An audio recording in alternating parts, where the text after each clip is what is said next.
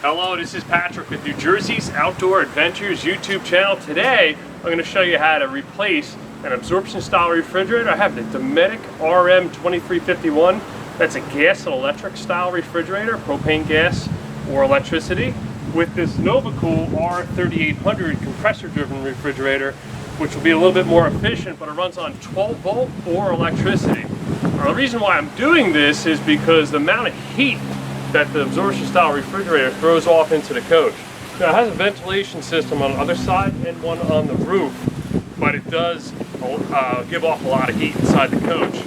Also, I'm the type of guy, when I leave the house, I make sure that toaster's unplugged.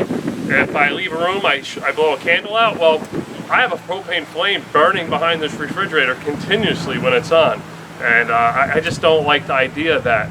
Another thing is, too, the propane gas that it burns, I have approximately a 6-gallon propane tank on board, and I leave this refrigerator on continuously, and I fill that once a month. It costs about $30, but it's very difficult to find places to fill propane. I have to drive about 20 minutes to do so, so it's not a chore that I look forward to. So with this new style refrigerator, I don't have to use propane anymore. I'll only use the propane for the water heater, the furnace, and the cooktop on board. And I have 90 watts of solar on the roof, and I absorb glass mat battery Group 24 series Lifeline battery. That's 80 amp hours. This refrigerator runs at 2.2 amps, so I will be adding an additional battery, not today, but in the future I'm adding an additional 140 watts of solar as well. But first, what we're going to do is we're going to disconnect the battery. I'm going to shut the propane off. And when I go inside, I'm going to bleed out the propane. I'm going to turn on the cooktop to get all the residual propane out of the line. So when I make that disconnection behind the refrigerator, I don't have propane gas spewing out. Now that I've disconnected the battery and bled the propane system out, I'm going to open up the compartment here.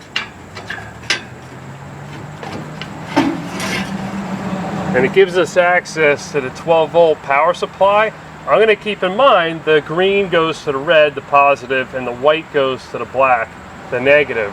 And there's an electrical outlet up here, which the refrigerator is plugged into. The new refrigerator is going to have a plug just like this, and instead of a connection that screws in for the power, it's going to be either crimped or soldered together. So what I'm going to do is, for now, I'm just going to put a wire cap on here. I'm going to do the same to the other side.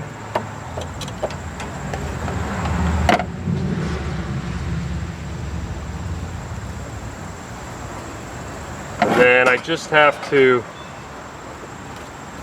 undo the drain here, the side. So those are all these connections done here. Now I have to disconnect the gas line. That's why we bled the propane out. So you got to make sure you have one wrench on one side and another wrench to hold back.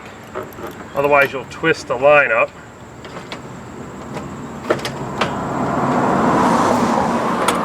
It's actually pretty loose.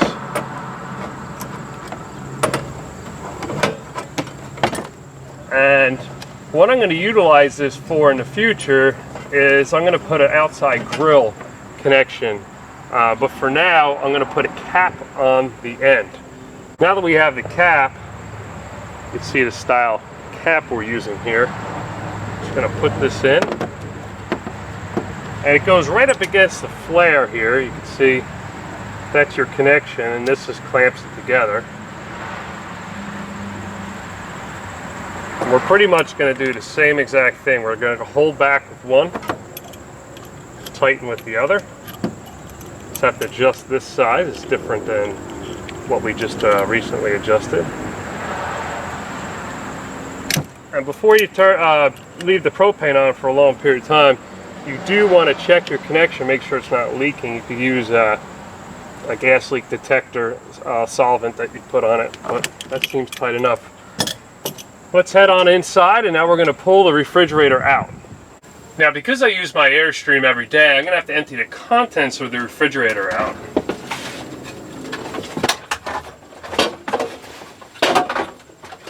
And I should be able to do this quick enough that these items don't get too hot.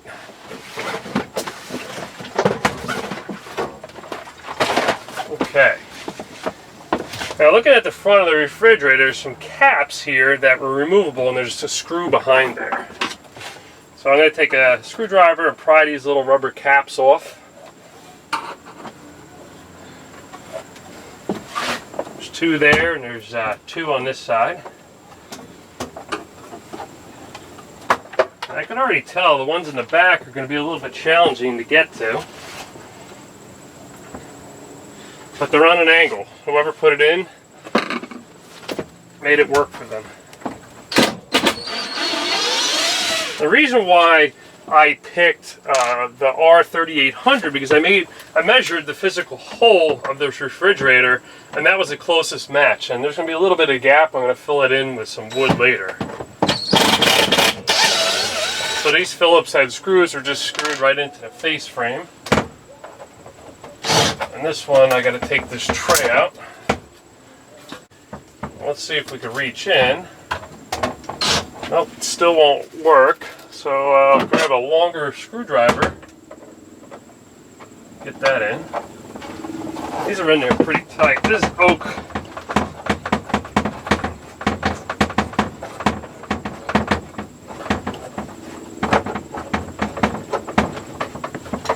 Okay. One on the bottom.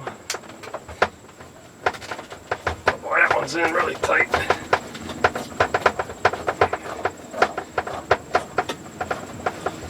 Okay. Now I gotta be mindful of a place to put this refrigerator so I can clean the compartment out. It's in a compartment here, and I'm sure it's all dusty and dirty. So let me just move these cushions out of the way. Okay. Move this cushion up.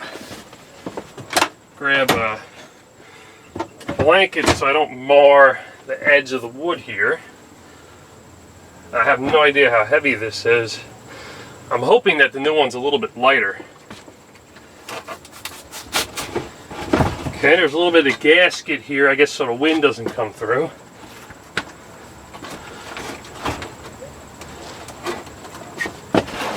Oh wow, it's filthy. Now I'm going to be able to get it out of this hole and onto that blanket. So I guess what I'm going to do is I'm going to stand in the shower so I can clear everything. And you got to be careful. There's really sharp edges I just felt from the bottom.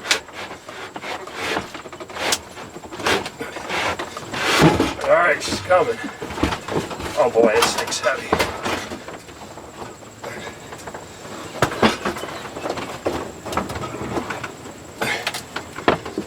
You don't want to destroy your coach. One of the connections is stuck here in the back. Okay, we're clear in front.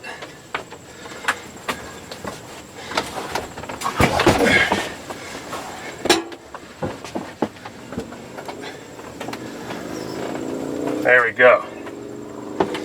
Now I have access to get to this compartment to clean it out. As you can see, this compartment's pretty filthy. That's the vent we saw outside, a 12-volt connection, the propane line, and the electrical outlet. And there's the vent up top that goes all the way through the roof of the coach. Now you can see it's all sealed off so the fumes don't come inside. And there's a drain for water. But the amount of heat that builds up in this compartment is tremendous. A lot of people put fans on the inside. I'm just going to replace with the compressor refrigerator. It's going to run a lot more efficiently. It'll run right off the solar and the battery. So let me get this thing cleaned up. Now that I've wrestled the old one out of here, you can see them side by side. Now the new one, the Novakool on the right, that's just a black panel insert which you could slide out and replace with whatever style you want. The one on the left is the old Dometic Absorption refrigerator. This panel I had made up, and it's just a piece of aluminum. You can see the form factor's about the same size, but the new one's actually bigger. And the reason is inside, it's a lot deeper. It's got a freezer up top, a little bin there, and plenty of storage on the door. But it's a lot deeper, and the dial to turn it on and off is right here on the side. And there's the freezer portion here. On the old one, it didn't go back as deep. But it did have some nice metal shelves, and the door pockets were definitely deeper. The freezer portion's all frozen up. I've had this thing on for 9 months straight. So it costs quite a bit of money to leave it on, $30 a month. But you can see in the back, the reason why an absorption style refrigerator has the whole burner element in the back of it. And I highly recommend, I didn't shut this off, the whole refrigerator off, and let it cool for a long period of time. So this thing, it really hurt when I grabbed it. It was very hot. But you can see, you basically have a propane flame burning behind your refrigerator going up this stack here, and that goes through the roof, or you'd have another vent on top and bottom with a fan.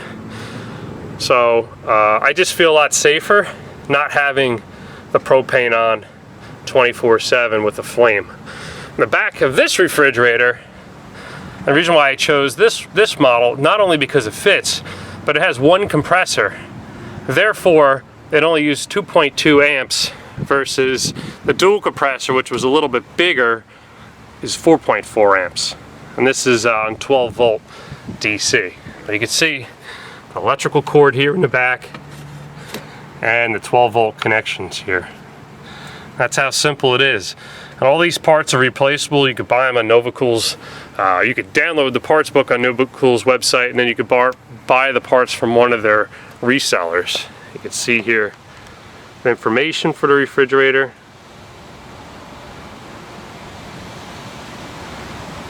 A wiring diagram, but definitely a lot bigger on the inside.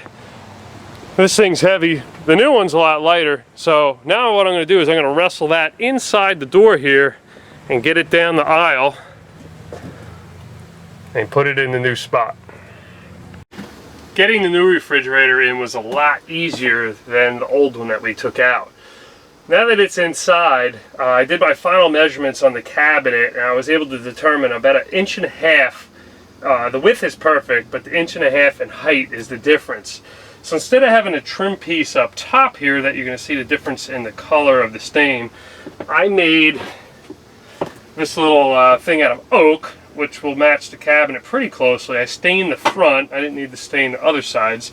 It's 1.5 inches tall, and it's the same width as the cabinet. So I could slide this in, and the refrigerator will sit on top of it, so it's supported all the way around. And it has a little bit of elevation to it. And this goes down here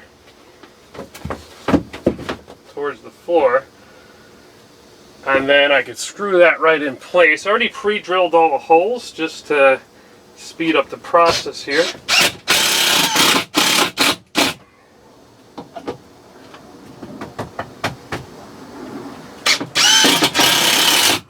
What's nice is it's underneath the refrigerator, so if it's not exactly perfect, it's very hard to see. Alright, then what I did was I bought some automotive gasketing. And the refrigerator is going to fit snug in this compartment, but instead of having some air gap here, when the refrigerator slides in, it's going to rub up against this gasket, and that goes around the top and the sides. And I'm pretty sure it's going to slide in. Hopefully there's not too much resistance. So what we're going to do is grab the refrigerator. There's a little ledge in the back I found that makes it a lot easier to carry. I just pivoted off my hip. And I don't want to pinch these wires that are hanging down. Okay. So you can see with this gasket, it's a very, very tight fit. I'm just going to work it in as best as I can. Get up over that ledge. There we go.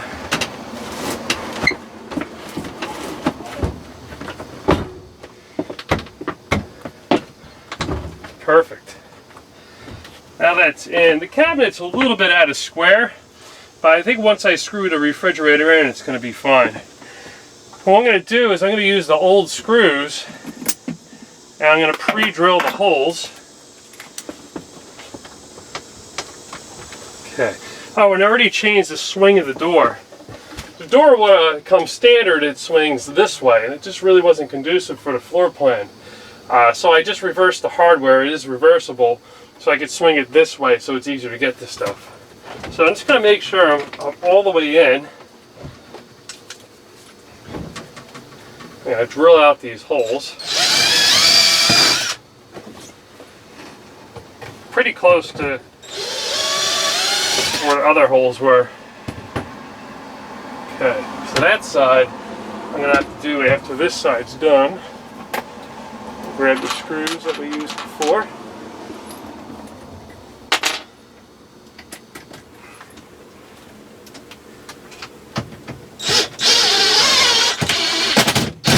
Okay, and the bottom.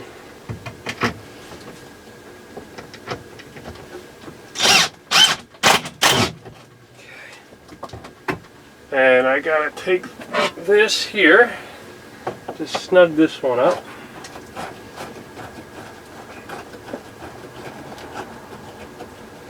The bit's a little big, so it doesn't fit all the way in the hole. That's nice and snug. Now I'm going to do the same on this side, and then next we're going to make the connections outside. Okay, back outside, now we just have to make our physical connections. So I remembered green was the positive and white was the negative. So what we're going to do is connect these two together. But I'm not going to use the wire nut. I'm actually going to use something a little bit different.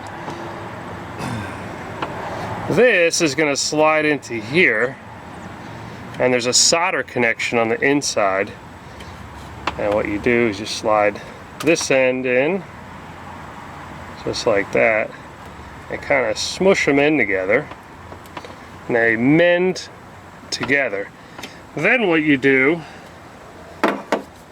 is you light it, and it's a heat shrink, and the blue portion grips the wire and prevents it from slipping through, and the middle connection is actually a solder connection.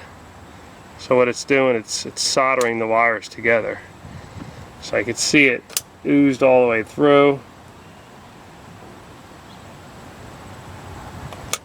That made a really good connection there. Okay, now we're going to do the same thing here. Got another one. Put that in. Put this one in.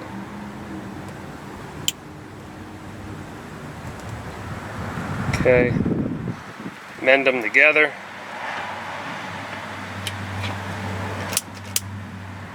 It's a little windy now. I still don't want to store anything in this cabinet. You definitely can't store anything in the cabinet when you're using a propane style refrigerator. Okay, that one's set. And then what I could do is I could use where the drain hooked in before and just wrap these wires in. This is the propane line with the cap we put on earlier, and that's going to plug the refrigerator in. Well, the prongs got bent right into there. So now when I start the generator, the refrigerator is going to be powered off of the generator power, or if I plug the motorhome into shore power, it's going to be powered. But the rest of the time, it's going to be powered off the battery system on board and the solar charging system.